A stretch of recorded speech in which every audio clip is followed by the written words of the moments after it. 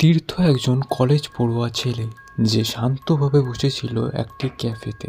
তারপর ওখানে একজন মিস্টেরিয়াস পার্সন আসে। সে এসেই তাকে হ্যালো বলে এবং তীর্থও বলে হ্যালো, বাট তুমি কে? সেই মিস্টেরিয়াস পার্সন এটার উত্তরে বলে, আমি তন্ময়, হয়তো আপনার ফ্রেন্ড। সেখানে তীর্থ বলে, ফ্রেন্ড? আমি তো আপনাকে ভালো করে চিনিই না, আপনাকে তো চিনলামই না। তাহলে চলুন চেনা পরিচিত করেই ফেলি।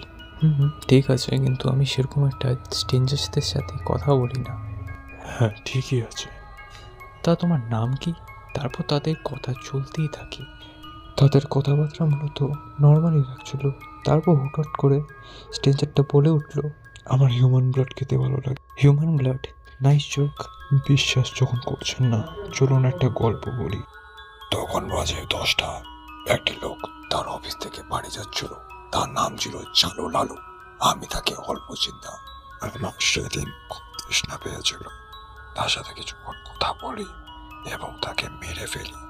তারপর খুব কষ্ট করে তার পেট ছিঁড়ে সেই রক্তগুলোকে খেয়ে ফেলি। আমার খুব ভালো লাগে সেদিন। তীর্থ তবুও বিশ্বাস করে না। চলুন আর একটা গল্প বলি। আমি একদিন জঙ্গলে গিয়েছিলাম এবং সেখানে একজন ভদ্রলোক মুভিজ দেখছিল। তার লিপসগুলো খুবই সুন্দর ছিল। তার লিপসগুলোকে টেনে ছেঁড়া ফেলে এবং তীর্থ এবার ধীরে ধীরে বিশ্বাস করতে শুরু করে, কারণ এরকম একটা কেস কিছুদিন আগে দেখা দিয়েছিল। তীর্থ তখন বলে, তাহলে তুমি কে, হিউম্যান নাকি মনস্টার?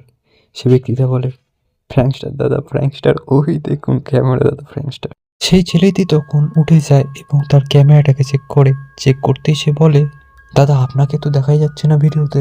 তীর্থ তখন হাসে, কিন্তু তখনই তন্ময় বলে ওঠে, দাদা মজা করছি। তারপর তীর্থ বলে, চলো আমার সাথে একটা জায়গায় চলো। তারা যায় সেই জায়গায় এবং সেই জায়গাটা খুব নর্মালি ছিল, কিন্তু তন্ময়ের ইনার ফিলিং তাকে বলছিল এই জায়গায় থাকা সেফ না। তন্ময় এখান থেকে পালাতে চায়, কিন্তু তীর্থ বলে, তারা এখানে তারা আমি যখন নিয়ে এসেছি, নিয়ে যাওয়ার দায়িত্ব আমার। তার কিছু করার ছিল না, তার ইনস্ট্রাকশনকেই মানতে হবে। আমরা চেয়ারে বেঁধে থাকা একটা ব্যক্তিকে দেখতে পাই। সে দাদা বাঁচাও বলছিল। তীর্থ তন্ময়কে তাকে মারতে বলে। তন্ময় যখনই মারতে যায়, আমরা জানতে পারি এটা তো সম্পূর্ণ তীর্থর ইমাজিনেশন। তন্ময় বলে, কোথায় হারিয়ে গেলেন দাদা?